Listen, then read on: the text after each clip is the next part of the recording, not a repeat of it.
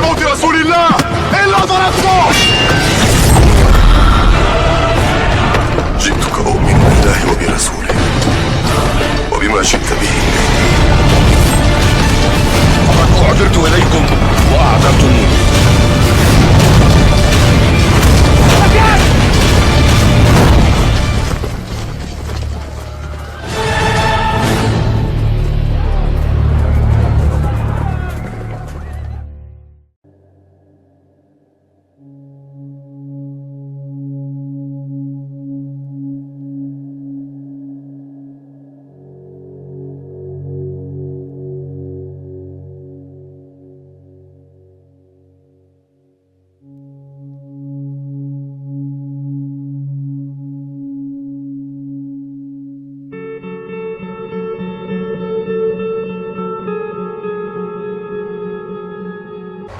Ikhwatal iman, a'izzakumullah. Hari ini kita akan membahas satu topik atau tema, yakni sakaratul maut. Sakaratul maut itu ada dua kata. Pertama yaitu sakarat, yang kedua maut. Arti maut itu adalah kematian. Kalau sakarat, orang bilang sekarat, tapi jangan diartikan sekarat 2 karat 24 karat. Memangnya orang yang mati sudah tinggal 1 karat? Bukan itu maksudnya. Bahwa sakaratul maut itu adalah detik-detik saat nyawa itu dicabut oleh malaikat. Dan itu pasti akan terjadi. Manusia pasti akan mati. Sekalipun dulu kita pernah mati, kematian kita nanti itu kematian yang kedua. Karena manusia itu hidup 2 kali, matinya pun 2 kali. Hidup 2 kali, mati 2 kali. Jadi ada 4 fase. Hidup 2 kali, mati 2 kali. Kalau diurut, kira-kira yang benar yang mana, Pak? Mati, hidup, atau hidup, mati, atau hidup, mati, atau mati, hidup. Yang mana nih? Nah, itu satu jawab. Yang lain cuman 2, kan 4. Hidup mati, terus mati hidup gitu. Hidup mati hidup gitu. Nah, ada berapa jawaban itu kalau 4 itu di model atau di variasi. Tapi mana yang benar? Kata Allah Jalla wa'ala, buka surah Al-Baqarah, surat kedua, yaitu ayat ke-28. Allah Jalla wa'ala berfirman, Kaifa takfuruna billahi wa kuntum amwatan fa ahyakum thumma yumitukum thumma yuhyikum thumma ilaihi turja'un. Silakan, apa kata Allah?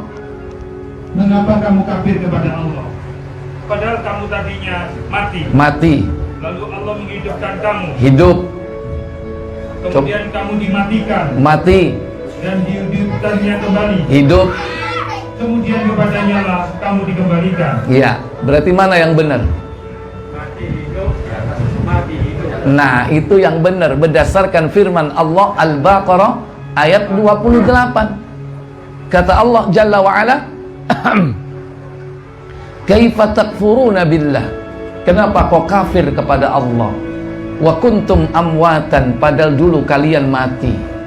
Fa ahyakum, kemudian kau kehidupkan. Thumma yumitukum, kemudian kau kumatikan. Thumma yuhyikum, kemudian kau kuhidupkan kembali. thumma ilaihi turja'un, kemudian kepada kamilah kalian akan dikembalikan. Berarti mana urutan yang benar tadi? Mati, hidup, mati, hidup.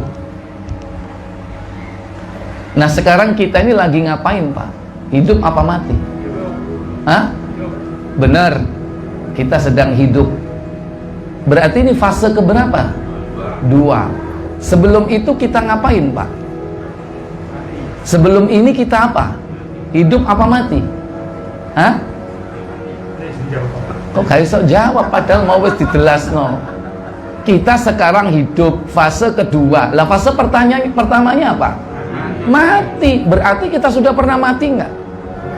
Kita sudah pernah mati. Ketiadaan kita di bumi ini itu mati. Sekalipun sudah bertemu spermatozoa dan ovum menjadi zigot, ya, berkembang dalam janin, dia belum dikatakan hidup sebelum ada ruhnya. Baru ketika ditiupkan ruh, maka hiduplah janin itu. Usia berapa itu dia hidup dalam perut ibunya? Halo? Berapa hari? 3 bulan. Buka Muslim nomor 2272.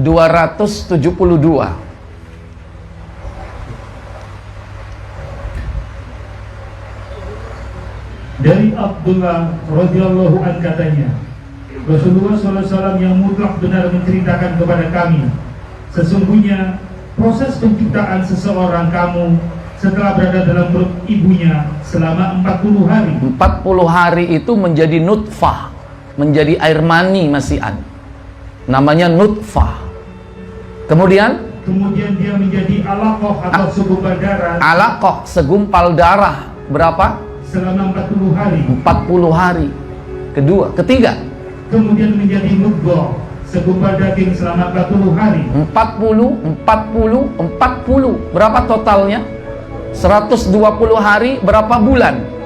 3 apa 4? 4 apa 3? 3 apa 4? Berapa bulan? 4 bulan. Pada saat usia 4 bulan itulah apa yang terjadi? Lanjut. Kemudian diutus malaikat meniupkan ruh atau jiwa kepadanya. Tsumma yursalu ilaihil malak fayanfukhu fihi ruh. Diutuslah malaikat kepada janin itu. Diperintahkan Allah meniupkan ruh.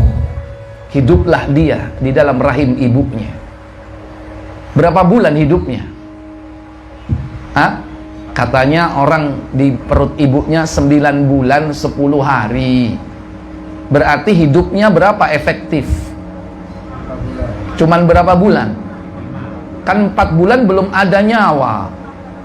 Tinggal berapa sisa? Kurang lebih 5 bulan hidupnya dalam rahim. Ya. Kemudian ditetapkan pada saat itu apa saja ketetapan takdir? Kemudian diperintahkan kepada malaikat menuliskan 4 ketetapan. Apa ketetapan yang ditulis itu? Yaitu mengenai rizkinya. Rizkuhu, rizkinya. Ajalnya. Ajaluh, ajalnya sudah ditetapkan kapan di mana dia mati. 3. Amalnya. Wa amaluh, amal perbuatannya pun ditetapkan. Bahkan yang tragis apa? Dan surga maupun nerakanya. Yang keempat, saqiyun an sa'idun, celaka atau bahagia. Surga nerakanya sudah ditetapkan oleh Allah Jalla wa'ala. 4 ketetapan takdir. Rizki, ajal, amal, celaka atau bahagia. Lahirlah dia ke bumi ini. Di rahim ibunya 5 bulan saja. Lahir ke bumi itu pun tidak lama. Paling banter orang lahir ke bumi ini berapa tahun Pak? Dia hidup. Hah? 60 sampai 70. Ibrahim dia tidak terlahir tapi dicipta. Hidup di bumi 1000 tahun. Atau dikurangi masa dia tinggal di surga enggak sampai 1000. Adam itu ya. Nuh Nuh 950 tahun. Itu paling lama. Dan umat-umat setelahnya tidak lama lagi, Pak, usianya pendek. Terutama umur umat akhir zaman ini, Pak. Berapa, Pak, usianya, Pak? Benar? Kata Nabi SAW, al-umru ummati baina sittin wa sab'in. Umur umatku itu antara berapa? 60, 70. Kalau tengah-tengahnya berapa? 65. Kalau Nabi Muhammad berapa? 63. Abu Bakar As-Siddiq 63. Kalau Bapak berapa, Pak? Nggak berani nyebut. Berapa, Pak? Hah? Bukan tergantung amal dan perbuatan, sudah ditetapkan. Meskipun dia jahat, kalau memang ketetapan dipanggil. Meskipun dia baik, tetap dipanggil kalau udah waktunya. Ya apa? Gak wani nyebut. Tilda. Ya, tapi kalau yang di atas tadi, di atas 70 ada nggak di sini? Berapa, Pak? 77. Berarti bonusnya banyak, Pak. Bonusnya banyak, Pak. Iya kan? Masya Allah. 77. Ya. Jadi manusia itu akhir zaman ini antara 60-70. Makanya kita jangan berpikir pengen usia panjang. Karena umat akhir zaman ini pendek-pendek, Pak. Kalau usianya orang dulu panjang-panjang. Tapi ada loh orang yang pengen usianya panjang ya. Sampai berapa tahun, Pak? Hah? Itu 100 itu kecil. Ada yang pengen usianya sampai berapa? Buka Al-Baqarah ayat 96. وَلَتَجِدَنَّهُمْ أَحْرَصَ النَّاسِ عَلَى حَيَاةٍ وَمِنَ الَّذِينَ أَشْرَكُوا يَوَدُّ أَحَدُهُمْ لَوْ يُعَمَّرُ أَلْفَ سَنَةٍ. Apa kata Allah? Dan sungguh kamu akan mendapati mereka manusia yang paling loba kepada kehidupan dunia. Loba itu rakus kepada kehidupan dunia. Ya. Bagaimana kerakusan mereka? Bahkan lebih loba lagi dari orang-orang musyrik. Bahkan lebih rakus dari orang-orang musyrik. Terus? Masing-masing mereka ingin agar diberi umur 1000 tahun. Loh. Yawaddu ahaduhum law yu'ammaru alfasana. Masing-masing di antara mereka berharap memiliki usia berapa tahun tadi, Pak? 1000, Pak. 100.000, Pak. Ada orang yang pengen usianya 1000. Kira-kira zaman sekarang usia 1000 kayak apa bentuknya ya? 100 tahun aja udah bungkuk, apalagi 1000 melungker ya. Nggak bangun-bangun ya. 1000 tahun ini. Kita ini nggak akan bisa, Pak, usia 1000 tahun. Kenapa? Karena fisik kita ini nggak kuat. Nabi Adam 1000 tahun wajar. Kenapa? Karena posturnya tinggi besar. Berapa tingginya Adam, Pak?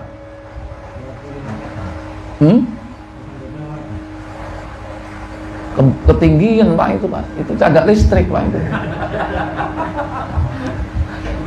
Itu tower itu ya.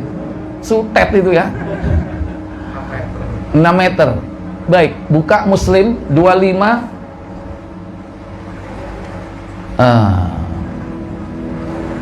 24-25. Berapa tinggi Nabi Adam? Nanti bandingkan dengan kita dan bandingkan usia kita dengan beliau.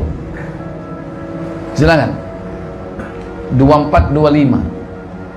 Dari Abu Hurairah radhiyallahu anhu katanya, Rasulullah SAW bersabda. Apa sabda beliau?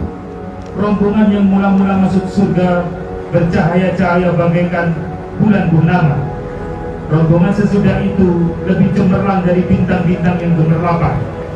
Mereka tidak buang air kecil dan tidak buang air besar, tidak membuang ingus dan tidak meludah. Sisil mereka dari emas dan keringat mereka dari kasturi. Kedupaan mereka kayu gaharu yang harum. Istri mereka bidadari. Akhlak mereka sama. Bentuk mereka seperti nenek moyang mereka. Jadi kita nanti kalau sudah masuk surga itu bentuknya kembali seperti nenek moyang kita, Adam dan Hawa. Yang laki kayak Adam, yang perempuan kayak Hawa. Mirip bapak ibu kita. Ganteng nggak Adam, Bang? Ganteng. Cantik nggak Hawa itu, Bang? Cantik. Ganteng mana Adam sama Yusuf, Pak? Hah? Yusuf apa Adam? Kalau dalam hadis disebutkan jamiluhu nisfud dunya, Yusuf itu gantengnya separuh dunia, 50%. Kalau Adam itu 100%. Karena dia masterpiece. Karena dia makhluk pertama. Biasanya produk pertama itu terbaik apa enggak? Terbaik. Kenapa enggak terkenal? Yang terkenal Yusuf karena enggak ada saingan. Saingannya siapa manusia ketika itu? Hah? Adam ada saingannya enggak? Enggak ada. Iku sing jenenge wong lanang ijeni. Ya kan? Sing ngade lawan. Sing ngade lawan, tidak ada lawan ketika itu. Cuman sendiri dia. Makanya enggak terkenal. Adam itu paling bagus ciptaannya. Nanti kita kalau masuk surga kembali seperti Adam dan Hawa. Berapa tingginya? Tinggi Nabi Adam 60 hasta. Tuluhu situna dhira'an. Tingginya 60 hasta. 1 hasta setengah meter. Berapa meter kira-kira? Kalau 60 hasta 30 meter. Ya, kalau 6 meter kurang, 30 meter itu tingginya mana, Pak? Tower kan? Nah, lihat towernya, tower yang mana? Sutet berapa sutet? 35 ya? Wah, cocok tuh. Jadi kalau lihat sutet, bayangkan bapak moyang kita aja di situ. Oh, segitu tingginya Adam ya. Nah, itu. Nah, usianya berapa? 1000. Tingginya 30 meter. Nah, usia kita tadi berapa menurut hadis? 60-70, ya kan? Nah, dari usia 1000 menjadi 60 itu tinggal berapa persen? Saya tanya, ya, dari tinggi saja deh. Kita ini tinggi rata-rata berapa? Tinggi. Itu 160 Indonesia. Jangan mikir orang Indonesia, orang Barat juga dihitung dong. Rata-rata lah. Genepin. 1-2 meter lah. Digenepin ya kan? Sekarang begini, 30 meter tinggi Adam. Kalau seandainya jadi 10% berapa? 10%-nya 30 meter berapa? 3 meter. Masih terlalu tinggi kan? Berarti 2 meter itu berapa persen? Ya, 6 atau 7. 6% atau 7. Ya, sekarang usianya 1000. 6 atau 7%-nya 1000 berapa? 60 atau 70? Proporsional nggak? Tinggi kita 2 meter, usianya 60-70. Adam 30, usianya 1000. Proporsional. Makanya orang sekarang jangan berharap usia seperti Adam. Nggak mungkin fisiknya. Kita ini memang didesain hari ini adalah usia 60-70. Jadi nggak lama, Pak. Kematian itu sudah bisa dipersiapkan sebetulnya. Sebetulnya bukan kematian itu menjemput kita. Sebetulnya kita ini bisa menjemput kematian kita. Karena orang sekarang itu pandai merencanakan, membuat planning, membuat perusahaan. Kalau dalam urusan kerja punya planning jangka panjang, planning jangka menengah, planning jangka pendek, pandai sehingga perusahaan berkembang, ekspansi kemana-mana, buka cabang di mana-mana. Itu planningnya. Tapi ketika dalam urusan kematian, padahal Nabi SAW sudah menetapkan antara 60-70. Kalau kita dikasih plafon atas 70, sekarang usianya 60, berarti kurang berapa tahun, Pak? 10 tahun. Kan bisa direncanakan, kan? Menjemput kematian kita itu bisa direncanakan. Dikasih plafon atas, sekarang usianya 65 misalnya. Dikasih plafon atas, saya nggak lama-lama deh, saya nggak pengen mati tua-tua, misalnya begitu. 70 aja cukup. Sekarang udah 65, ya sudah tinggal 5 tahun. Berarti kematian itu sudah bisa dipersiapkan. Walaupun kita tidak tahu kapan kematian itu datang. Kadang ia datang kepada orang yang tua, kadang yang muda. Kadang-kadang nggak mesti, Pak, yang tua berangkat dulu.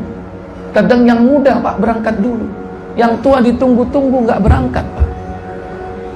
Itulah kematian. Intinya bahwa manusia itu tidak akan lama lagi akan dijemput oleh malakul maut. Sementara manusia itu cenderung terhadap kematian lari atau tidak, Pak? Dia pengen menghindar kematian itu. Itulah tabiat manusia. Kata Allah Jalla wa'ala, buka surah Al-Jumu'ah, surah 62, pada ayat ke-8, kata Allah Tabaraka wa Ta'ala, Qul innal mauta alladhi tafirruna minhu fa innahu mulaqikum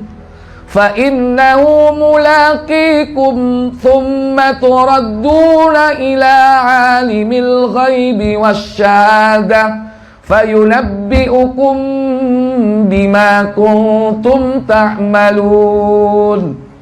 Apa kata Allah?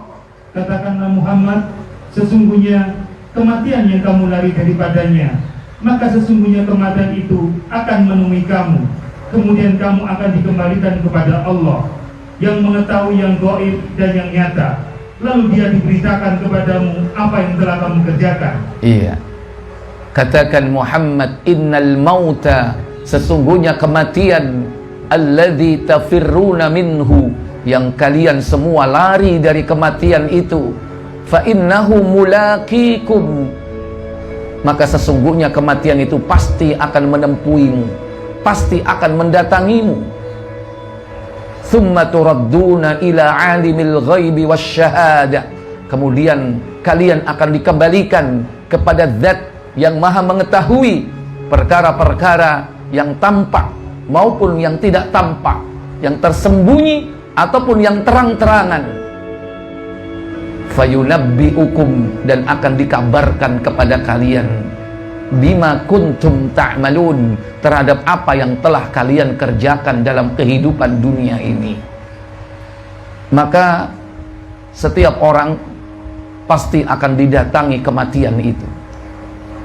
Kata Allah Jalla wa'ala, setiap yang bernyawa pasti dia akan merasakan kematian itu. Dalam surah Al-Anbiya 21 ayat ke-35, Allah berfirman, kullu nafsin dha'iqatul maut, kullu nafsin dha'iqatul maut, wa nabluukum bisyarri wal khairi fitnah wa ilaina turja'un. Apa kata Allah Jalla wa'ala? Tiap-tiap yang berjiwa akan merasakan mati. Kami akan menguji kamu dengan keburukan dan kebaikan sebagai cobaan yang sebenar-benarnya, dan hanya kepada kamilah kamu dikembalikan. Iya. Maka orang yang berbahagia adalah mereka yang sukses saat kematian itu, dan Allah kemudian membebaskan dia dari neraka dan memasukkannya ke dalam surga. Itulah orang-orang yang sukses. Kata Allah dalam surah Ali Imran, surah yang ketiga, pada ayat 185, Allah katakan, kullu nafsin dha'iqatul maut wa innama tuwaffawna ujurakum yawmal qiyamah faman zuhziya 'anil nari wa udkhilal jannata faqad faz wa mal hayatud dunya illa mata'ul ghurur. Apa kata Allah? Tiap-tiap yang berjiwa akan merasakan mati. Dan sesungguhnya pada hari kiamat sajalah disempurnakan pahalamu. Barang siapa yang dijauhkan dari neraka dan dimasukkan ke dalam surga, maka sungguh ia telah beruntung. Kehidupan dunia itu tidak lain hanyalah kesenangan yang memperdaya. Iya, kata Allah Jalla wa'ala, kullu nafsin da'iqatul maut. Setiap yang bernyawa pasti akan merasakan kematian. Wa innama tuwaffawna ujurakum. Dan hanya kelak di hari kiamat disempurnakan pahala-pahala kalian. Fa innama tuwaffawna ujurakum yaumal qiyamah. Kalau di dunia ini Pak, kita belum bisa menjumpai pahala-pahala kita. Termasuk Allah belum menampakkan dosa-dosa kita. Maka siapa saja man zuhziha 'anil nar, siapa yang diselamatkan oleh Allah kelak dari neraka, wa udkhilal jannah, dan dimasukkan oleh Allah ke dalam surga, faqad faz, maka sungguh dialah orang yang beruntung, orang yang sukses. Sukses dunia apa akhirat ini Pak? Sukses akhirat. Sukses dunia itu hanya sementara. Sukses dunia itu tidak berarti kalau tidak dilengkapi dengan sukses akhirat. Apalah artinya sukses dalam kehidupan akhirat, tapi dia keluar dari dunia ini, mati terpisah ruh dari jasadnya, dia tidak membawa keimanan, mati dalam kondisi kafir. Itu justru kebangkrutan, kerugian yang amat besar. Wa mal hayatud dunya, kata Nabi, kata Allah menutup ayat ini, dan tidaklah kehidupan dunia ini melainkan mataul ghurur, yaitu kesenangan yang memperdaya, kesenangan yang menipu. Karena banyak di kalangan kita manusia tertipu dengan kehidupan dunia, lupa kepada kehidupan akhirat. Dan kehidupan akhirat itu, Bapak Ibu, diawali dari ketika orang itu memasuki alamul barzakh. Ketika dipisah ruh dari jasadnya, itulah kematian yang kedua. Kematian yang akan kita hadapi. Disebut mati kenapa? Dipisah antara ruh dan jasad. Ruhnya di kalang tanah, jasadnya di alam barzakh.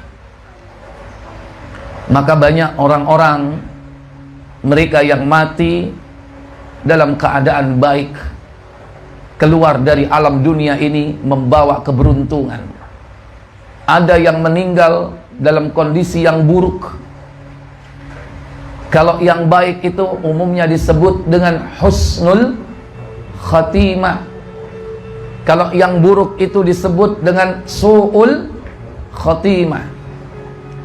Maka orang kafir, mereka meninggal dalam kehidupan dunia ini, keluar dari kehidupan dunia ini, mereka dalam keadaan su'ul khotimah, dalam keadaan tidak membawa iman. Maka ketika kematian itu, malakul maut datang dengan perangai yang kasar, dengan perangai yang keras. Bahkan dia tidak segan-segan memukul ketika ruh itu diperintahkan keluar, tidak mau keluar. Kata Allah Jalla wa'ala, coba dibuka, yaitu di surah, kalau nggak salah surah yang ke-6, yaitu surah Al-An'am, pada ayat yang ke-93. Allah Jalla wa'ala berfirman, wa man azlamu mimman iftara 'ala Allahi kadiban aw qala uhiya ilayya wa lam yuhi ilayhi syai' wa man qala sa'anzilu mithlu ma anzala Allah walau tara idh adh-dhalimuna fi ghamaratil maut wal malaikatu basitu aydihim akhriju anfusakum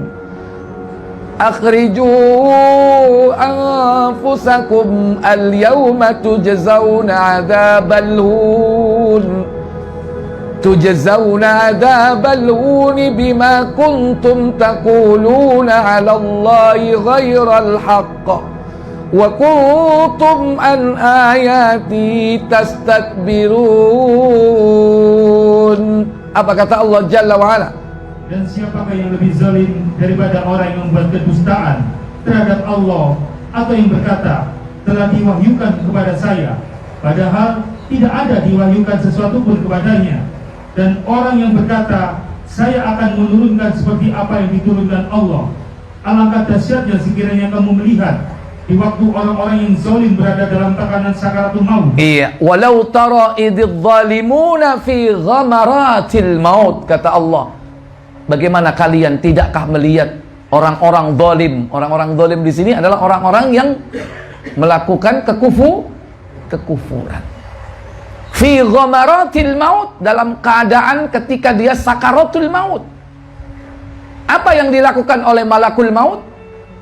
Sedang para malaikat memukul dengan tangannya. Wal malaikatu basitu, dan malaikat itu memukul dengan apanya?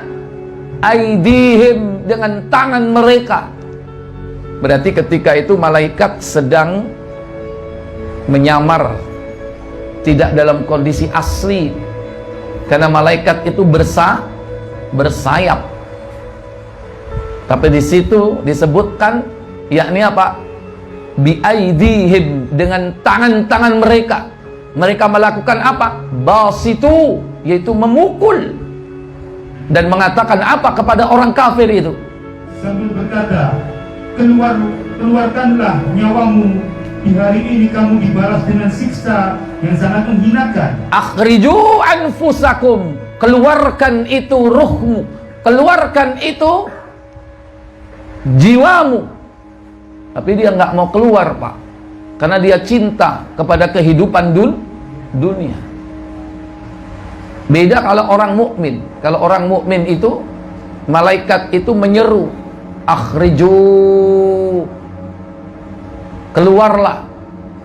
Dalam hadis Ibnu Majah, ukhruji ya nafsat thayyibah, wahai jiwa yang baik, ukhruji, keluarlah. Coba dibuka, itu ada di Abu Dawud, yaitu nomornya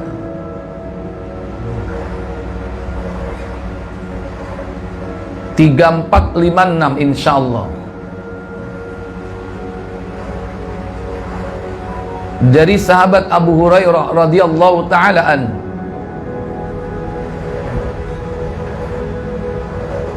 Silakan.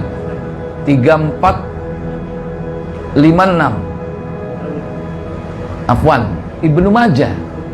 Iya, bukan Abu Dawud, Ibnu Majah.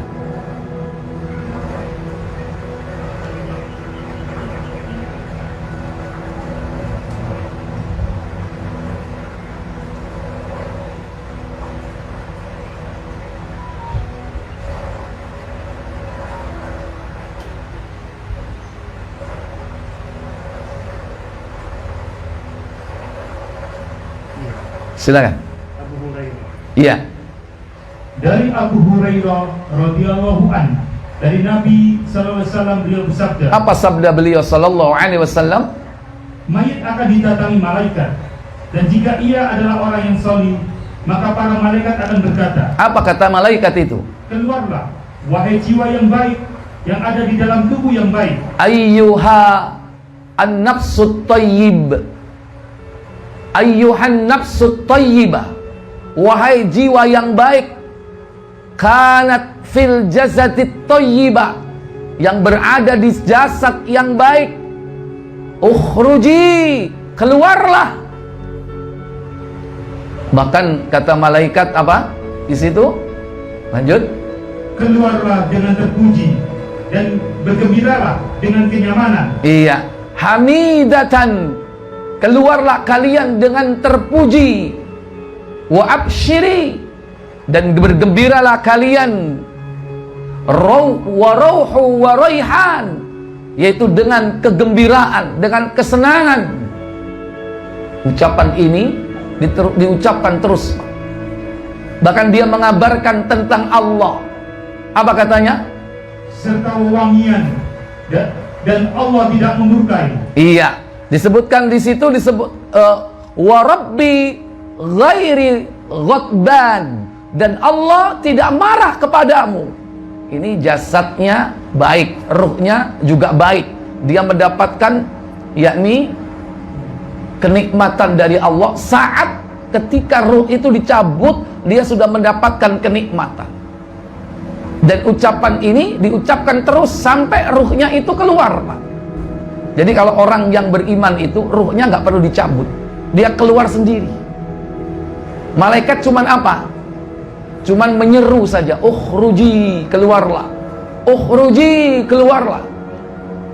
Apa kata Nabi? Seruan itu terus diserukan kepadanya sampai jiwanya keluar. Iya, sampai jiwanya itu keluar, Pak. Beda dengan orang kafir.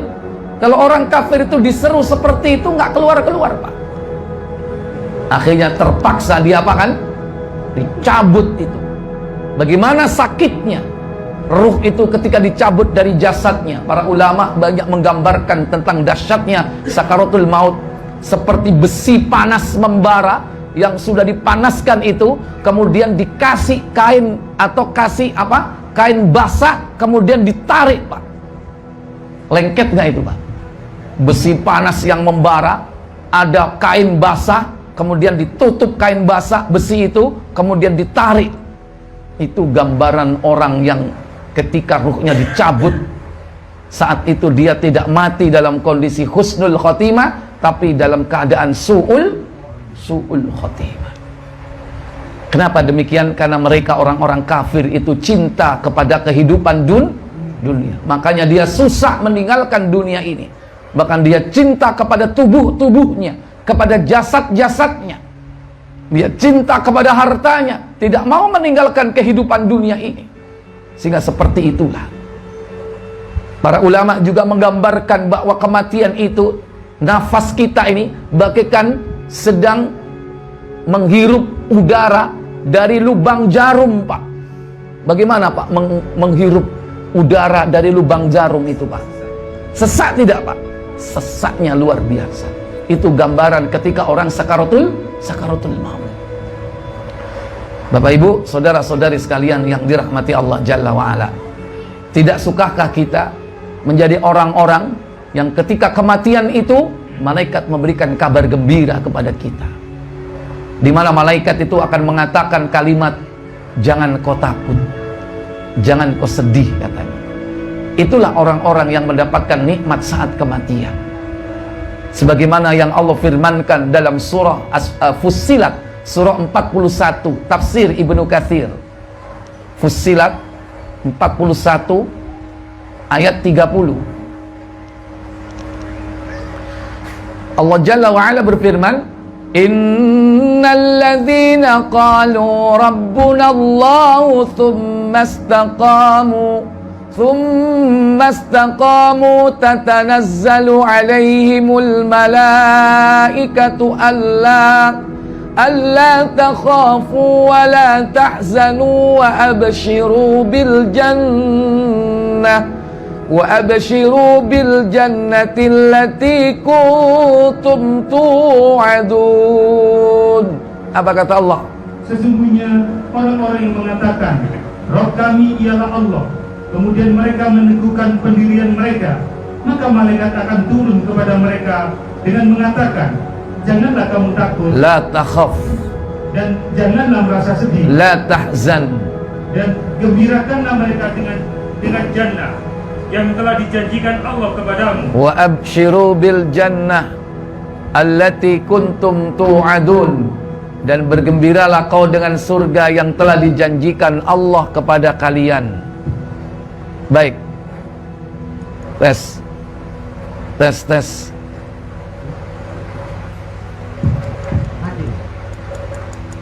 kesenggol atau gimana? Tes. Di dalam. Nah, lewat itu. Nah, Baik. lewat itu. Iya. Silakan baca tafsir surah Fussilat ayat 30. Maka malaikat akan turun kepada mereka. Mujahid As-Suddi Mujahid As-Suddi Zaid ibnu Aslam dan anaknya mengatakan bahwa yang dimaksud ialah di saat mereka menjelang kematiannya. Saat mereka menjelang kematiannya, saat sakaratul maut, apa yang terjadi? Para malaikat itu turun kepada mereka dengan mengatakan, janganlah kamu merasa takut. Malaikat itu turun kepada mereka dengan mengatakan, la takhaf, jangan takut. Malaikat di situ pertama yaitu malaikat malakul maut. Setelah dicabut malakul maut, diserahkan kepada dua malaikat yang akan membawa ruhnya itu ke langit. Jadi paling tidak ada 3 malaikat itu yang hadir, malakul maut dan 2 malaikat yang akan membawa ruhnya ke langit. Sebagaimana dalam hadis Muslim, coba dibuka dulu 2448, judulnya Ruh Harum dan Ruh Busuk.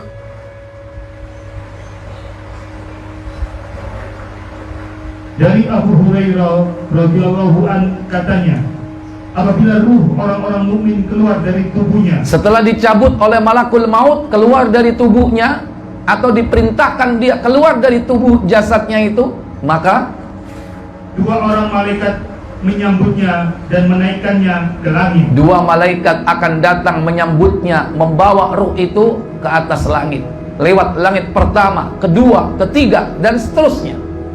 Sehingga penduduk langit, siapa penduduk langit? Para malaikat. Heboh di sana. Apa kata mereka? Kata Hamad, karena baunya harum seperti kasturi. Kata penduduk langit, ruh yang baik datang dari bumi. Ruh harum datang dari bumi. Bahkan dia baca solawat atas ruh itu. Apa kata mereka? Sallallahu alaihi, semoga Allah melimpahkan kebahagiaan kepadamu dan kepada tubuh tempat engkau bersemayam. Lalu ruh itu dibawa ke hadapan Allah Azza wa Jalla. Kemudian Allah berfirman, bawalah dia ke Sidratul Muntaha dan biarkanlah di sana hingga hari kiamat. Ini contoh orang ruh yang baik, ya. Dibawa 2 malaikat dan Allah tetapkan ruh itu berada di tempat yang tinggi mendapatkan kenikmatan. Nah, sebelum dicabut ruh itu, malaikat itu berkata kepada orang tersebut 3 kata-katanya tadi. Kembali ke tafsir. Dia katakan pertama, la takhaf, jangan kau takut. Maksudnya apa? Mujahid, Ikrimah dan Zaid ibnu Aslam mengatakan bahwa makna yang dimaksud ialah janganlah kamu takut dalam menghadapi kehidupan masa mendatang di akhirat. Iya, yaitu takut terhadap perkara yang akan dihadapi di masa yang akan datang, yaitu kehidupan akhirat. Mulai dari yaumul ba'ts, hari kebangkitan, yaumul mahsyar, hari dikumpulkan, yaumul hisab, hari diperhitungkan amal perbuatannya, yaumul mizan, hari ditimbang baik dan buruknya, yaumul haud, hari menunggu Rasul di telaga, yaumul sirat, hari ketika meniti titian sirat, yaumul jaza, hari pembalasan, di mana manusia dibalas dengan 2 kemungkinan, al jannah awin nar, surga atau neraka. Itulah yang akan dihadapi oleh setiap manusia, dan perjalanan akhirat ini panjang. Kata malaikat, la takhaf, jangan takut yang akan kau hadapi. Yang kedua, dan janganlah kamu merasa sedih. La tahzan, jangan kau sedih. Sedih terhadap apa? Terhadap urusan dunia yang kamu tinggalkan. Kalau yang tadi dihadapi di depannya, kalau sedih, jangan kau sedih dari urusan yang telah kau tinggalkan di belakangmu dalam kehidupan dunia. Apa yang telah ditinggalkan? Seperti urusan anak, keluarga termasuk istri, harta benda yang kau tinggalkan. Jadi bapak nggak usah khawatir, Pak. Yang penting husnul khotimah. Ibu juga gak usah khawatir, Bu. Yang penting husnul khotimah. Kenapa? Bapak nanti ada yang ngeramut, Bu.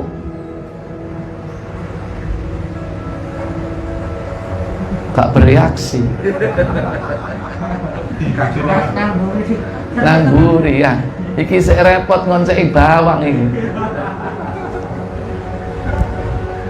Ibu-ibu serius sekali. Jadi bapak kalau meninggal dunia duluan, Bu, gak usah khawatir. Nanti bapaknya ini ada yang ngeramut. Betul nggak? Siapa? Malaikat.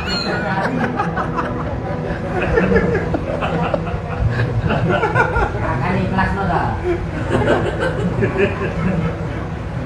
Baru ada jawaban di sini, malaikat yang ngeramut.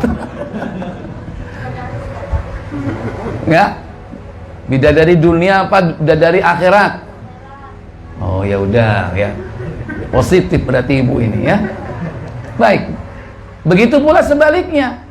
Yang penting orang itu mempersiapkan diri mendapatkan kematian yang baik atau husnul khotimah. Malaikat akan datang mengatakan, jangan kau takut, jangan kau sedih. Dari dunia yang kau tinggalkan, jangan kau sedih. Dari anakmu, istrimu, keluargamu, hartamu, bahkan apa, Pak? Dan utang. Dan utang piutangmu yang kau tinggalkan. Kenapa? Karena sesungguhnya kami akan menggantikanmu dalam mengurusnya. Aku, kata malaikat di situ, aku akan mengurusnya, katanya. Itu orang yang husnul khotimah, Pak. Makanya orang mukmin itu, Pak, nggak usah khawatir. Kalau dia mati, utangnya gimana? Kalau dia orang mukmin, diselesaikan urusannya sama Allah melalui malaikatnya. Yang penting husnul khotimah dulu. Makanya orang Islam itu nggak perlu, Pak, beri polis asu terus no re sampai mandek terus no asuransi, ya kan? Beli polis supaya kalau mati di cover, ya kan? Nggak perlu, sama malaikat diurus. Kau punya utang, Allah akan tutup utang itu. 1001 macam cara Allah itu menutup utang-utang kita. Bisa jadi apa? Satu, mungkin anaknya punya harta, ya, peninggalan atau kekayaan, ditutup utang orang tuanya. Yang kedua, bisa jadi ada orang lain. Wah, Abu Juldi ini meninggal, orangnya baik. Dulu saya punya utang budi kepada dia, ya kan? Akhirnya apa? Dia punya utang 1 miliar, gua tutup aja deh. Mungkin nggak seperti itu, Pak? Allah hadirkan orang untuk menutup utangnya.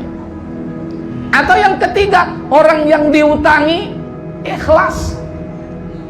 Wah, fulan ini utangnya banyak, 5 miliar, tapi karena orangnya baik, anak-anaknya juga soleh dan solihah, kelihatannya istrinya solihah, ini janda ini.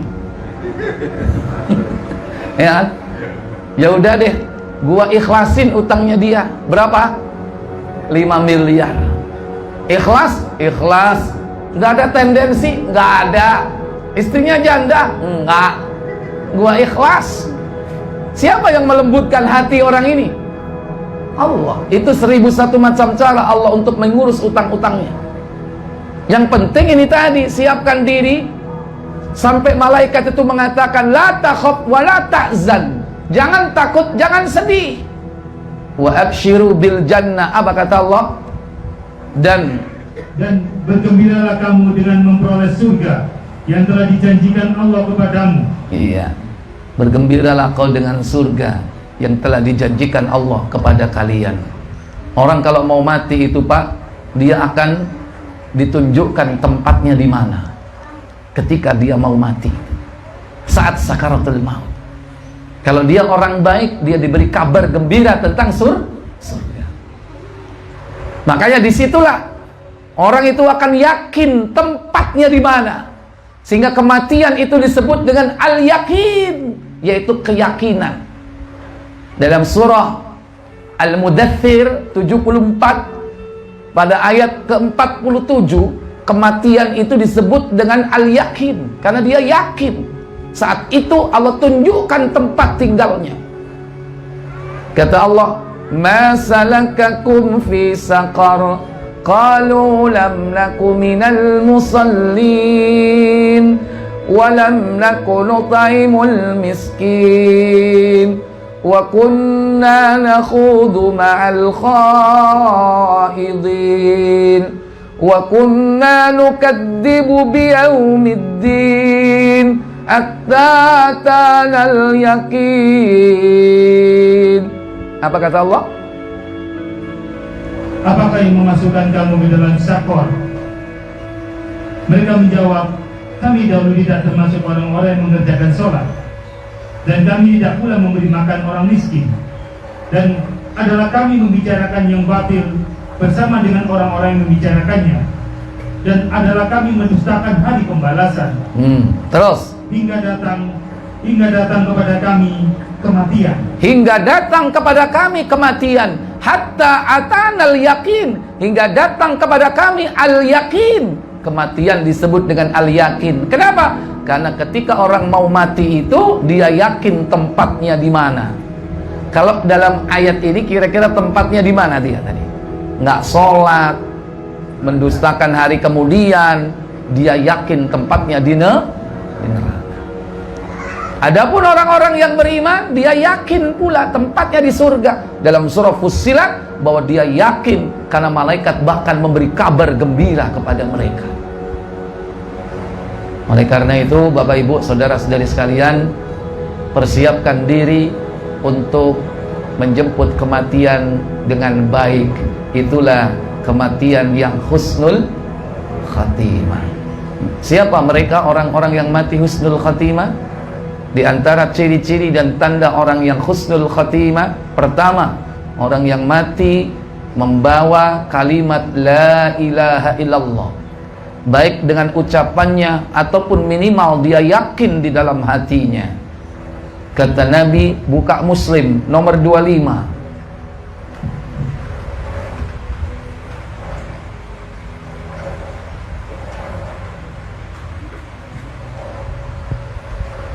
Ya. Silakan. 25. Iya, 25. Ngelindur.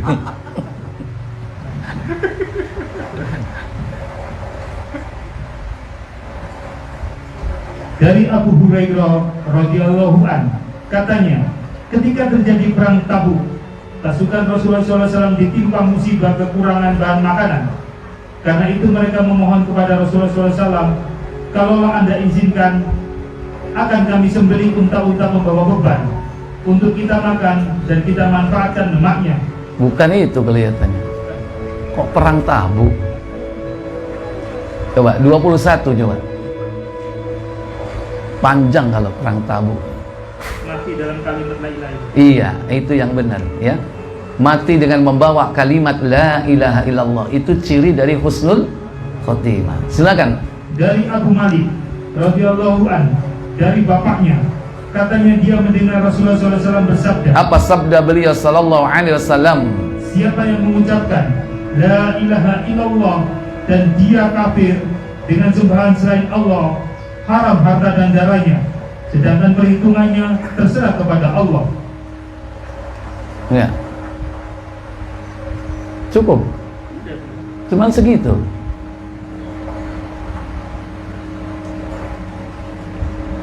Bukan begitu.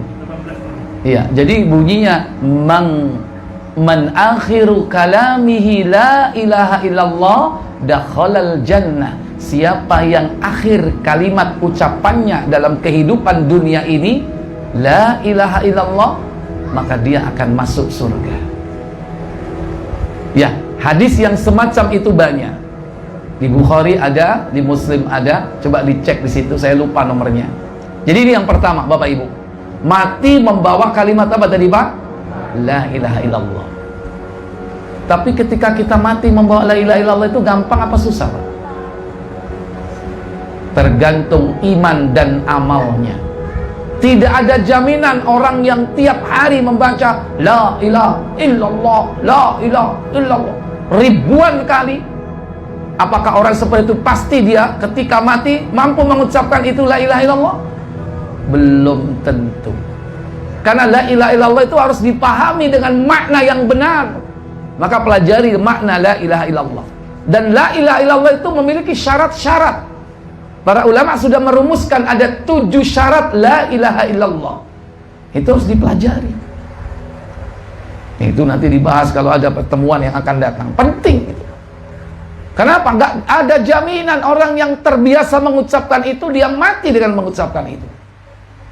Biasa la ilaha illallah dibaca, tapi di rumahnya masih ada jimat, ya kan? Di rumahnya masih ada keris kolomunyeng, ya, masih ada rompi onto kusumo. Tahu rompi onto kusumo, Pak? Nggak tahu ya? Itu orang Jawa, Pak. Sekarang orang Bugis apa itu yang dipakai untuk kebal-kebal itu? Ya? Bola besi. Apa namanya? Besi. Loh, perempuannya apa katanya? Orang Bugis nggak ada kebal katanya. Ya. Kalau masih dia terindikasi melakukan syirik, walaupun la ilaha illallah dibaca ribuan kali tiap hari, orang itu nggak akan bisa mampu mengucapkan kalimat itu. Artinya orang yang mampu itu hidupnya dia mempraktekkan dan mengamalkan makna la ilaha illallah itu dengan baik. Jauh dari kesyirikan, jauh dari kekufuran, jauh dari takhayyul, jauh dari khurafat, jauh dari tatoyur, jauh dari tamaim, yaitu menempel atau memasang jimat-jimat. Tidak mendatangi dukun, tidak mendatangi paranormal. Karena semua itu jalan-jalan menuju kepada apa? Syirik.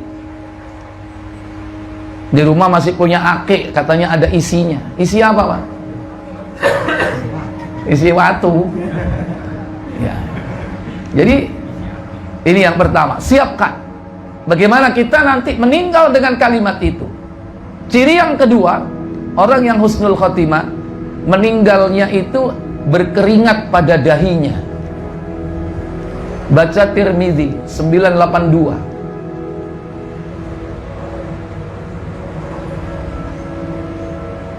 982.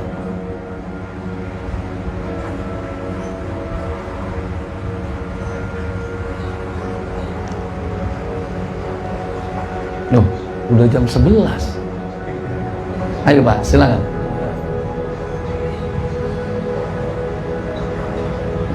Dari Abdullah bin Buraidah, dari ayahnya, dari Nabi sallallahu alaihi wasallam, beliau sallallahu alaihi wasallam bersabda, apa sabda beliau?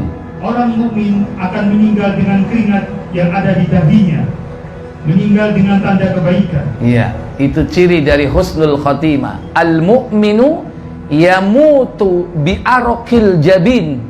Orang mukmin itu meninggal dengan tanda keringat pada dahinya, yaitu meninggal dalam keadaan baik. Itu tandanya. Sabda Nabi. Bisa direkayasa enggak? Bisa direkayasa? Mau mati, kenapa? AC-nya matiin. Cek sumu. Nggak bisa. Sepanas apapun nggak akan terjadi kalau dia nggak husnul. Sedingin apapun kalau ditakdirkan oleh Allah husnul khatimah, salah satunya tandanya berkeringat pada dahinya. Yang ketiga, ciri dari husnul khatimah meninggal hari Jumat atau malam Jumat. Baca Tirmidzi 1074.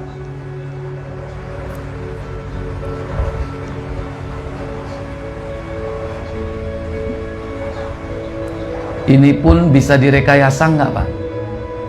Halo? Silakan. Apa kata Nabi? Dari Abdullah bin Amr, ia berkata, Rasulullah SAW bersabda, apa sabda beliau? orang Islam yang mati pada hari atau malam Jumat akan dijaga oleh Allah dari fitnah kubur.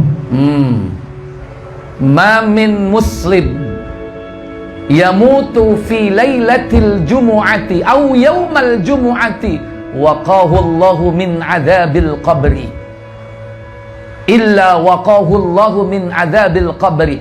Tidaklah seorang muslim yang mati pada malam Jumat atau hari Jumat, melainkan Allah akan menjaga dia dari azab kubur atau fitnah kubur. Kalau dijaga dari fitnah kubur, berarti matinya baik atau tidak? Baik. Tapi bisa direkayasa nggak? Nggak bisa. Ini karunia dari Allah. Rek, opo? Saiki malam Jumat. Opo?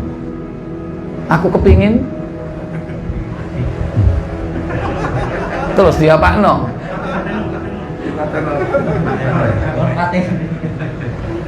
Kon kepingin mati tak? Jaluk model opo?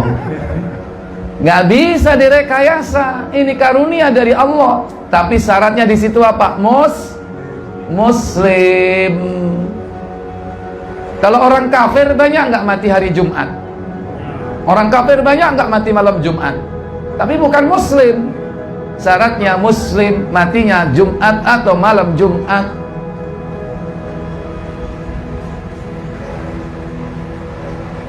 Apalagi meninggal dalam kondisi terkena wabah penyakit,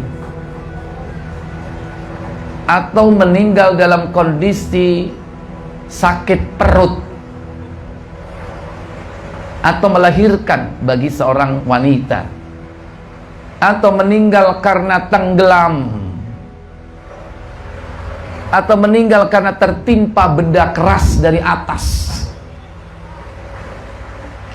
Itu termasuk husnul khotimah. Bahkan orang itu termasuk syahid, tapi syahid akhirat. Kata Nabi SAW, ada 5 orang yang mati syahid. Baca Muslim 1868.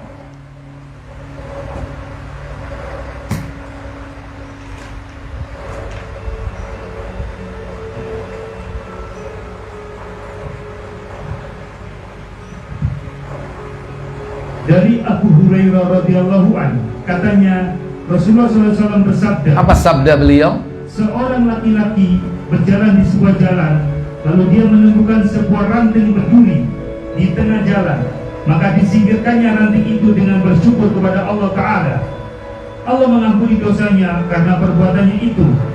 Beliau bersabda pula. Apa sabda beliau? Para syuhada atau orang-orang yang mati syahid 5 macam. Khamsun minas syuhada, ada 5 macam yang termasuk orang yang mati syahid. Berarti husnul atau su'ul ini? Husnul khatimah. Siapa saja mereka? Al-mat'un. Al-mat'un, dari kata ta'un, yaitu orang-orang yang tewas karena penyakit, wabah penyakit, atau penyakit menular. Atau penyakit menular. 1. 2. Al-mabtun. Al-mabtun, dari kata batnun. Batnun itu perut, yaitu orang-orang yang tewas karena sakit perut atau melahirkan. sakit perut, pokoknya sakitnya di perut. Mungkin kanker yang ada di perut. Kanker apa aja Pak? Kanker rahim. Wah, serviks, kanker rahim, kanker leher rahim. Pokoknya kanker di situ. Bukan kantong kering, bukan. Nggak punya duit. Ini penyakit nih. Pokoknya di perut. Termasuk melahirkan. Yang ketiga, orang yang tewas karena tenggelam. al-gharik, mati, tewas karena tenggelam. Bisa jadi dia datang ke air atau airnya datang ke dia. Air datang, contohnya apa? Tsunami, banjir tanggul jebol. Atau dia yang datang ke air, ngapain? Renang. Lihat dulu renangnya di mana, di kolam renang sama cewek, nggak sahid itu. Ya, dia datang ke air, mau apa? Nyebrang sungai. Tapi tujuannya apa? Tujuannya dalam rangka taat kepada Allah. Mau silaturahmi, mau menyampaikan amanah, mau bekerja cari maisha untuk keluarga, mau menuntut ilmu. Di tengah jalan dia tenggelam, syahid. Tapi kalau mau dugem kecemplung kali, mati, syahid apa sangit? Sangit. Ya. Syaratnya Muslim dan pada jalan Allah. 4. orang yang tewas karena ditimpa tanah longsor atau pohon tumbang dan sebagainya. Namanya ashabul hadmi, orang yang tertimpa benda keras dari atas, Pak. Gempa bumi, plafon jatuh, pohon tumbang, tanah longsor, baliho jatuh. Pokoknya dia kepalanya terkena benda keras, mati dia. Tapi syaratnya dia muslim, di jalan Allah, tidak melakukan maksiat.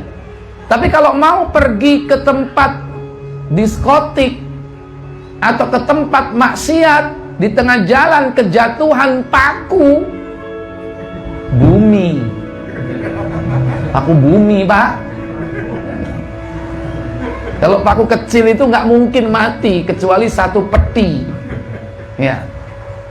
Nah, mati dia seperti ini, jalan kemaksiatan, maka sekalipun dia muslim, dia tidak tergolong syahid. Syaratnya dua, muslim dan jalan ketaatan. Nah, ini contoh yang mati baik-baik ini. Nah, yang kelima ini yang paling hebat. Apa kata Nabi? Orang yang tewas dalam perang fisabilillah. Iya, mati dalam keadaan berjihad, berperang di medan pertempuran, membela agama. Inilah jihad fi sabilillah. Dia menjadi syahid dunia dan syahid akhirat. Di dunia dia disaksikan sebagai syuhada, diperlakukan secara khusus, tidak perlu dimandikan, tidak perlu dikafani, tidak perlu disolati, langsung dikubur apa adanya.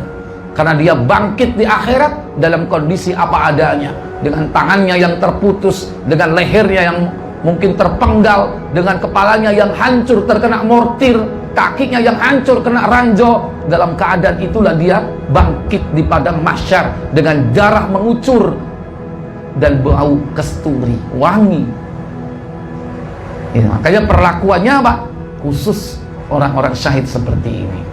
Wallahu a'lam. Dan di dalam riwayat yang lain masih banyak, yaitu orang yang meninggal dalam keadaan ibadah, termasuk orang yang husnul khotimah. Ketika sujud, sholat, meninggal. Pernah nggak, Pak, seperti itu, Pak? Ya kan? Ketika baca Quran, meninggal saat baca Quran. Ini. Ketika dengerin pengajian, majelis taklim, meninggal. Husnul khotimah nggak? Karena dia berada di majelis ilmu, taman-taman surga. Dan itu terjadi di jamaah kita, Pak. Masjid Al-Muttaqin, Pak. Ketika pengajian, meninggal, Pak. Kenjeran sana. Juga apa? Juga mungkin seorang penceramah. Banyak itu ketika dia menyampaikan kajiannya, dia meninggal. Atau mungkin amal soleh yang lain, ketika bersedekah dia meninggal. Ketika dia sedang mungkin menyampaikan amanah atau menasehati keluarganya, dia meninggal dunia. Itu termasuk husnul khotimah. Termasuk juga orang yang husnul khotimah itu meninggal terbakar atau terkena sengatan listrik, Pak. Itu termasuk orang yang meninggal husnul khotimah. Seasal apa? Pertama, dia seorang muslim, dan yang kedua, dia berada pada jalan ketaatan, bukan pada jalan kemaksiatan. Wallahu a'lam. Saya pikir cukup sampai di sini. Semoga bermanfaat untuk kita semua. Wa akhiru da'wana walhamdulillahi rabbil alamin. Wassalamualaikum warahmatullahi wabarakatuh. Baik, silakan kalau ada pertanyaan, Bapak Ibu, saya beri kesempatan untuk tanya jawab, ya. Silakan kepada Ibu, boleh ditulis, boleh langsung. Silakan. Boleh sedikit Ustaz, saya tanya Ustaz. Silakan. Baik. Bismillahirrahmanirrahim. Assalamualaikum warahmatullahi wabarakatuh. Assalamualaikum. Nah, Ustaz, Iya. tadi terkait dengan tausiahnya, tadi ada beberapa hal mungkin terkait dengan kematian, Ustaz. Jadi yang sampaikan bahwa ada kematian dalam keadaan husnul khotimah. Tadi sudah disebutkan titik-titiknya, salah satunya yaitu mengucapkan la ilaha illallah, terus kemudian ada dahi berkeringat di dahinya. Nah, ini ada beberapa hal juga yang ketika seorang muslim itu sedang berhutang gitu Ustaz. Nanti ada beberapa juga saya mengikuti kajian bahwa ketika seorang muslim meninggal ada masih beberapa hutangnya yang belum dilunasi, itu akan terhambat dia untuk masuk di dalam surganya. Terus kemudian mungkin yang kedua Ustaz, terkait dengan kematian dalam keadaan jihad fisabilillah. Apakah benar Ustaz ketika di dalam hal untuk memberikan sedekah atau memberikan makan yang ada di ruang lingkup di sekitar kita, itu ada yang dalam kelaparan kita memberikan makan itu lebih baik dalam seperti ketika kita melaksanakan jihad fisabilillah gitu Ustaz. Mungkin itu aja dua pertanyaan, mohon yang banyak terima kasih. Bila terlalu. Assalamualaikum warahmatullahi wabarakatuh. Iya. Baik, yang lain boleh langsung, silakan Pak.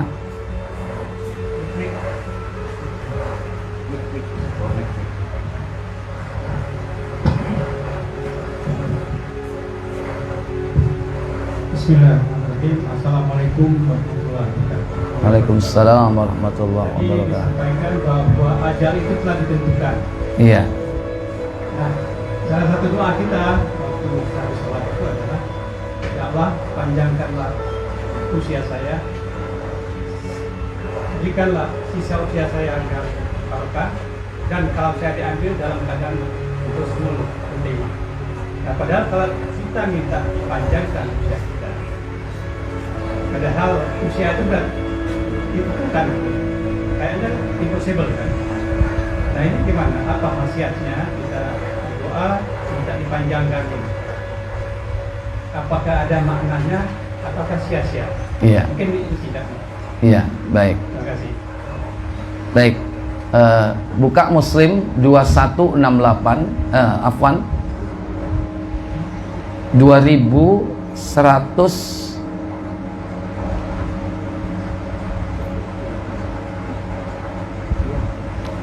86 87 1218687 tentang silaturahmi, memanjangkan usia. 218 berapa? Ya, silakan baca.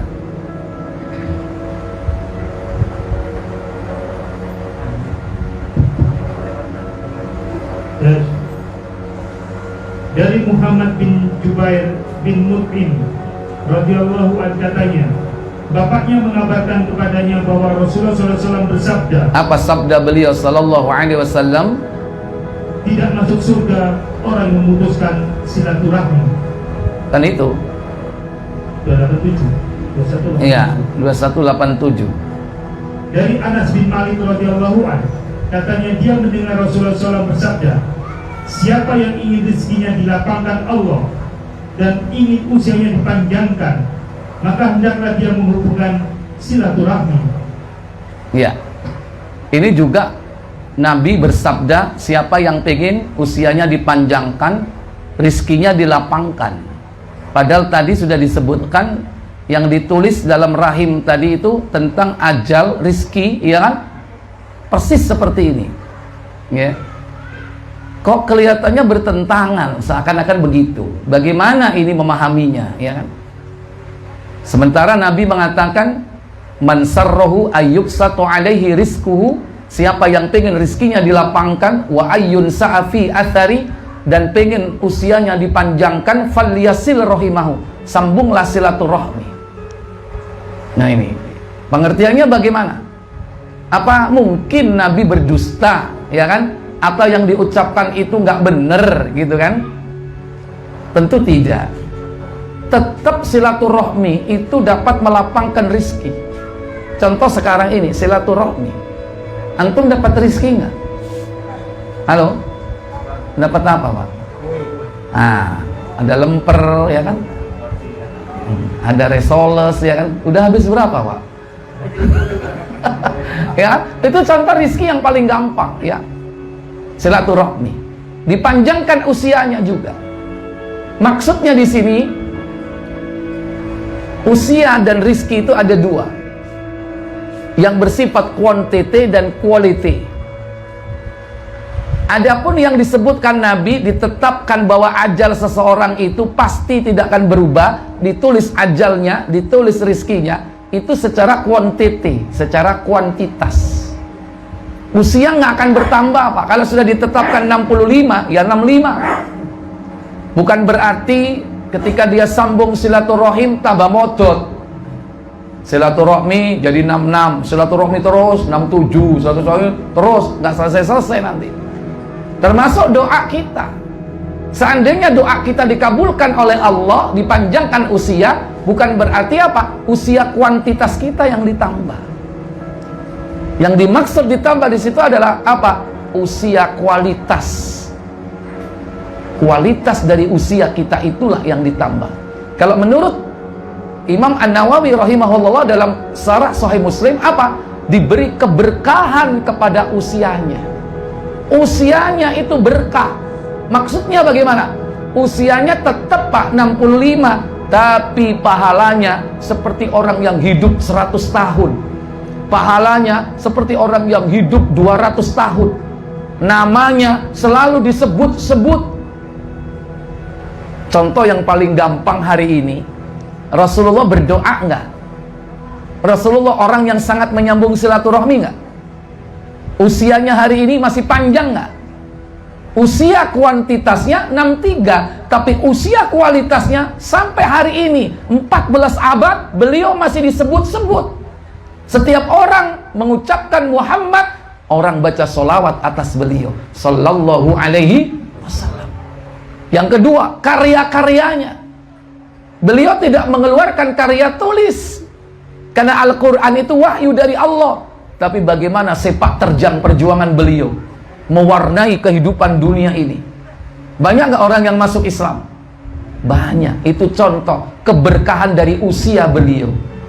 Sampai hari ini tetap dikenang. Nggak ada orang yang nggak kenal Muhammad SAW. Hatta orang kafir mengenal nggak Nabi Muhammad?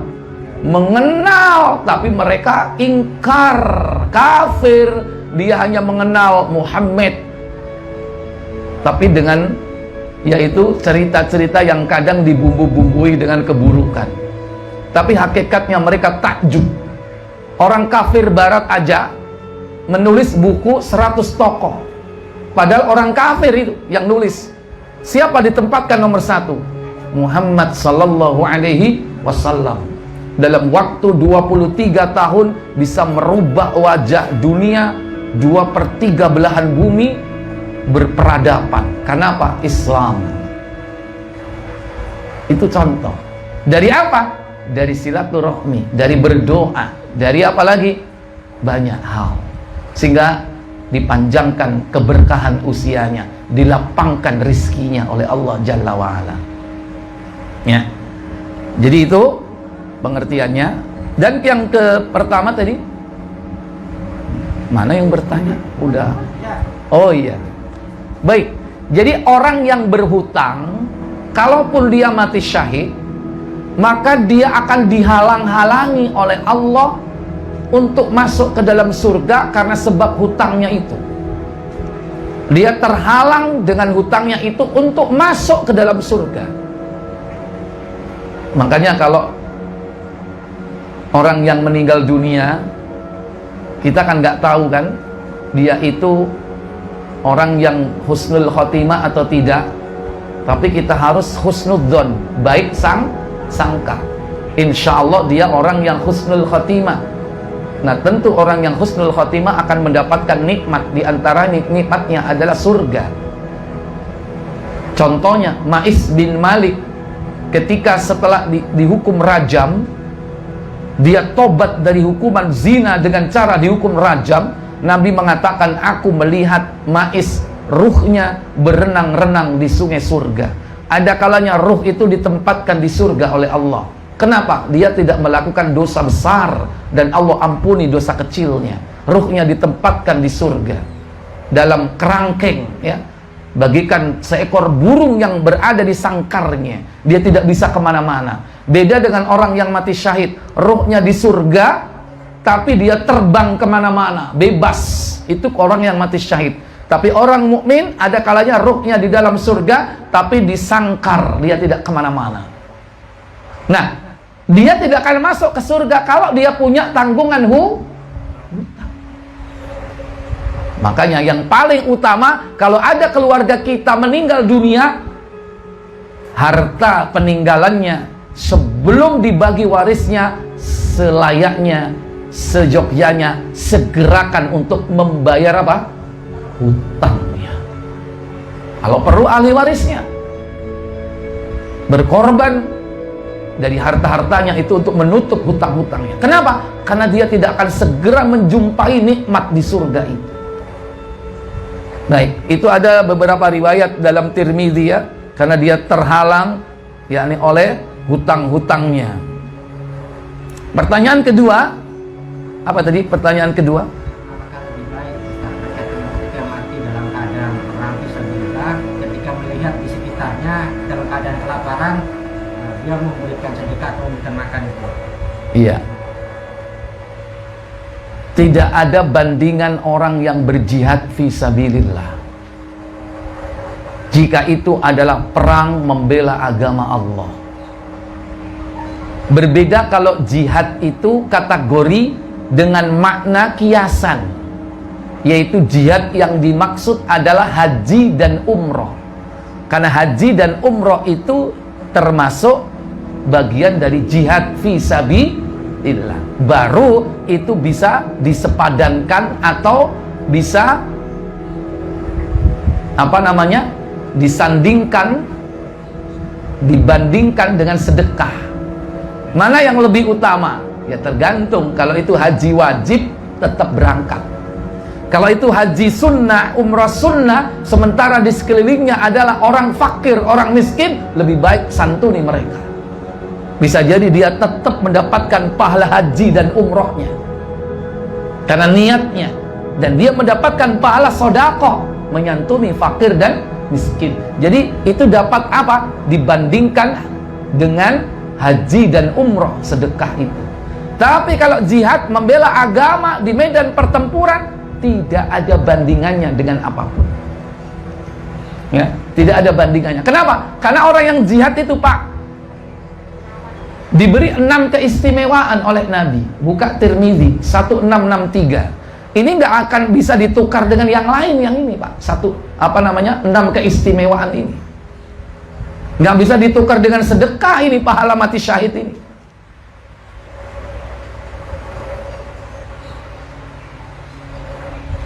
(1663) di Ibnu Majah 2575. Ya, silakan.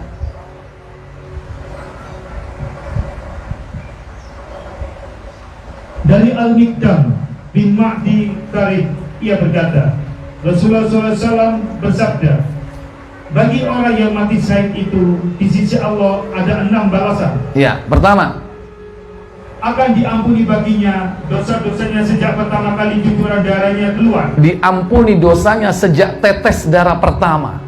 Begitu darahnya menetes pertama, langsung Allah ampuni dosa-dosanya sampai terakhir tentunya.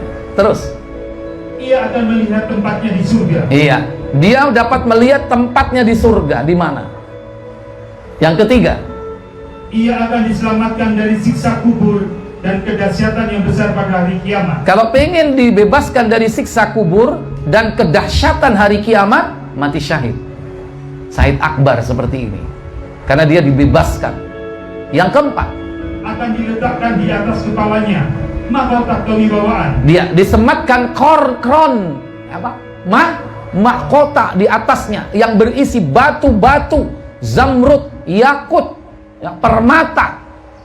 1 yakut berapa nilainya? 1 yakut pada mahkota tersebut lebih baik daripada dunia dan apa yang ada di dalamnya. Lebih baik daripada dunia dan seisinya. Itu baru 1 batu yakut yang ada di mahkotanya. Nggak ada bandingannya, Pak, dengan ini. Yang kelima, Ia akan dinikahkan dengan 72 istri yang berupa dari jenis bidadari. dinikahkan dengan 72 bidadari, Pak.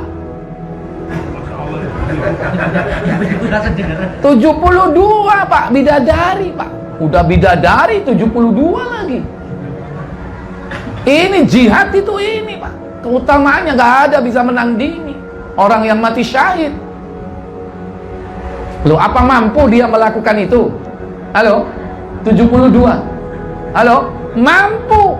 Kenapa? Karena setiap orang di surga itu nanti diberikan kemampuan dalam berjima 100 kekuatan manusia. Jadi kalau 72, saya sosok 72 masih bersisa 8 berapa? Hah? 28 masihan kan? Boleh enti 28 sih, golek mana?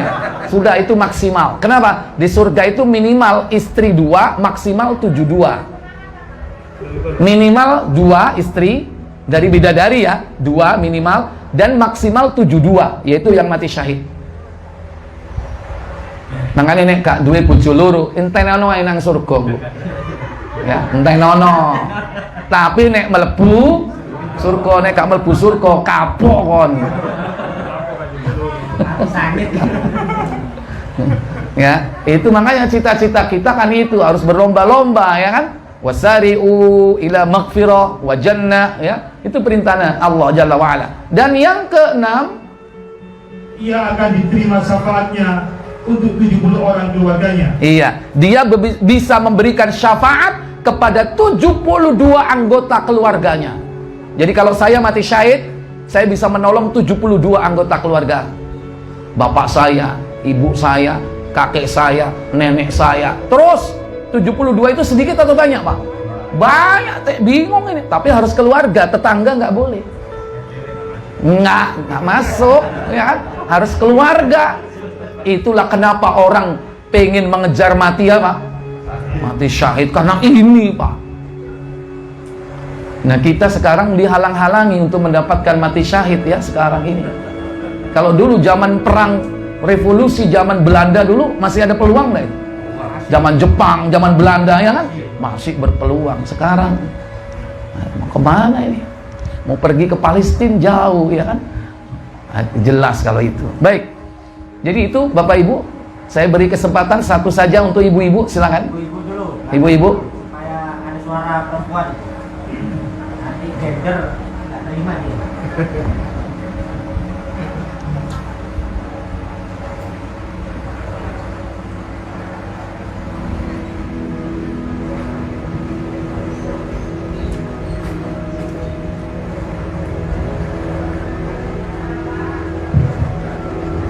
Terima kasih. Iya. Yang tiga kepada ibu-ibu seperti saya buatin. Iya. Suaranya, Bu? Materi. Boleh. Jual materi Ustaz tadi. Boleh. Yang penting jangan poligami masalahnya. Ini tadi kan Ustaz mengatakan apa perbedaannya, saya nih mau nanya, apa perbedaannya Azza wa Jalla dengan Jalla wa Ala gitu. Nah, terus kedua, saya mau bertanya kepada Ustaz. Kalau misalnya ini kan zaman virus, banyak yang korban meninggal sudah selama 2 tahun ini, apa perbedaannya itu yang meninggal dengan perang fisabilillah dengan meninggal dan kena virus? Ya, itu. Terima kasih. Iya. Ya, tadi saya sering mengucapkan Allah Jalla wa Ala, ya kan? Jalla yang maha besar, agung, wa Ala yang maha tinggi. Allah Tabaraka wa Ta'ala, Tabaraka yang maha suci, wa Ta'ala lagi maha tinggi. Allah Jalla Jalaluh, sama, yaitu yang maha agung dengan keagungannya, ya. Sama saja semua itu. Isinya adalah sifat-sifat Allah, cuman dengan kata atau kalimat yang berbeda. Umumnya yang kita dengarkan Allah Subhanahu wa Ta'ala. Subhanahu yaitu yang maha suci lagi maha tinggi. Ya, sama dengan Tabaraka wa Ta'ala, sama ya. Cuman saya sarankan kalau mengucapkan itu yang benar. Kadang ada orang nggak ngerti, belum belajar bahasa Al-Quran dengan benar, itu keliru. Wa ta'ala, wa ta'awwa. Karena ta'ala dipikir sama dengan Allah gitu loh. Allahu subhanahu wa ta'awwa loh. wa ta'ala, bukan wa ta'ala. Ya, ini yang pertama. Yang kedua dalam bahasa tulis. Tulis aja lengkap, jangan disingkat SWT. Allah SWT, subhanahu wa ta'ala. Bahaya kalau salah tulis Allah WTS, bahaya. Ya, makanya jangan singkat-singkat. Salawat kepada Nabi itu jangan juga disingkat. Tulis lengkap Nabi Muhammad sallallahu alaihi wasallam, jangan disingkat SAW. Ya, SAW. Itu kan kalau bahasa Inggris SAW itu melihat kata lampau, ya kan? Muhammad SAW, Muhammad telah melihat. Loh, bahaya. Kadang salam disingkat, ya kan? WRWB, apa WRWB itu? Ya kan? Pak RW sama Pak RW, Pak RT. WRWB. Bahkan disingkat lagi assalam apa? ASS, bahaya, itu bahasa Inggrisnya bokong. Ya kan? Askom gitu aja kan? Askom, bokongmu berarti kan? Bahaya itu, makanya jangan kita suka nyingkat-nyingkat ya. Kalau enggak, lebih baik enggak usah ditulis sama sekali. Tapi ucapkan dengan lisan ketika kita memuji ya Allah tabaraka wa ta'ala. Ketika kita mengucapkan atau menulis Muhammad, kita ucapkan dengan lisan sallallahu alaihi wasallam, tapi tidak ditulis, nggak apa-apa. Daripada ditulis tapi disingkat, pengertiannya bisa salah gitu ya. Baik. Terus yang kedua, apa rek lali mang? Virus itu, COVID itu. Oh, virus. Baik. Apakah termasuk syahid? Ya, baik. Begini, yang termasuk syahid di situ kan taun. Taun itu apa? Wabah penyakit. Sekarang pertanyaannya, sekarang ini taun atau bukan? Halo? Iya, taun itu maksudnya perbedaannya fisabilillah di peperangan dengan orang yang sakit meninggal sama meninggal. Ya, jadi kalau fisabilillah itu syahid akbar. Kalau mati karena taun itu berarti syahid akhirat. Dia disaksikan sebagai syuhada itu nanti kalau di akhirat. Tapi kalau di dunia perlakuannya sama seperti orang mati biasa. Apa? Dimandikan, dikafani, disolati. Lah kalau ada yang kena taun sekarang nggak dimandiin, nggak disolati, ya itu salah sendiri. Mestinya tetap nggak harus disolati. Disolati. Kalau perlu juga memang dimandikan. Karena takut, banyak orang itu takut. Padahal apa? Virus itu kalau orang kena corona, kalau mati, virusnya ada apa enggak? Sudah enggak ada, sudah mati kok. Tanya sama ahlinya, para dokter itu. Cuman kita ini nggak tahu karena ikut protokol masalahnya, ya kan? Nah, protokol ini kan pendekatan medis saja, tidak ada dari kalangan para ulama. Mestinya harus duduk itu para masjid dan para ulama menetapkan gimana yang sesuai dengan syariat, juga sesuai dengan kesehatan. Para ulama dilibatkan nggak dalam menetapkan prokes? Halo? Saya tanya. Ya, silakan jawab sendiri. Saya tidak mengatakan ini dan itu, antum jawab sendiri. Para ulama dilibatkan tidak? Baik ulama kibar dunia, ya kan? Atau mungkin ulama-ulama kita di negeri ini. Nah ini dalam proses ya, bukan hasil. Kalau melaksanakan hasil, para ulama melaksanakan hasilnya, para ulama. Tapi proses untuk sebelum menetapkan hasil itu, dilibatkan atau tidak? Antum jawab sendiri. Ya, jadi itu. Jadi syahid akbar itu yang meninggal syahid dunia dan akhirat. Dunia akhirat disaksikan. Sehingga perlakuannya di dunia berbeda, kemudian pahalanya di akhirat pun berbeda. Beda dengan yang kena tadi itu taun, mabtun, al-gharik, ashabul hadmi dan yang lain-lainnya. Wallahu a'lam. Baik, saya pikir cukup sampai di sini. Mohon maaf atas segala kekurangan. Ini online ya ini. Online ini. Sekarang ini bahaya, ustadz-ustadz ini kadang dicari-cari. Ya kan? Ya, kita tutup dengan kafarat majelis. Subhanakallahumma wa bihamdik asyhadu an la ilaha illa anta astaghfiruka wa atubu ilaik. Wassalamualaikum warahmatullahi wabarakatuh.